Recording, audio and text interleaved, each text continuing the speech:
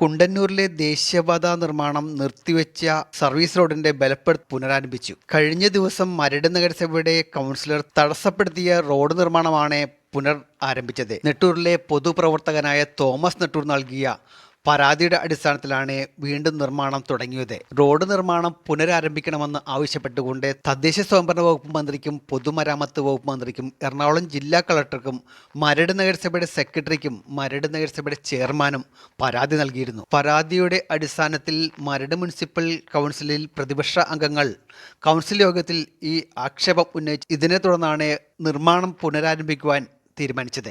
റോഡിന്റെ ഇരുവശവും കോൺക്രീറ്റ് ചെയ്ത് ബലപ്പെടുത്തിയാൽ വെള്ളക്കെട്ടുണ്ടാകും എന്ന ആക്ഷേപമാണ് കൗൺസിലർ ഉന്നയിച്ചത്. കോടികൾ മുടക്കി പണിയുന്ന ദേശീയപാതയും അതിന്റെ സർവീസ് റോഡും അതിന്റെ ദീർഘകാലത്തെ ഉറപ്പ് എന്നത് ഇരുവശവും കോൺക്രീറ്റ് ചെയ്ത് ബലപ്പെടുത്തുക എന്നതാണ്. ഈ നിർമ്മാണ പ്രവർത്തനമാണ് തടസ്സപ്പെടുത്തുവാൻ ശ്രമിച്ചത്.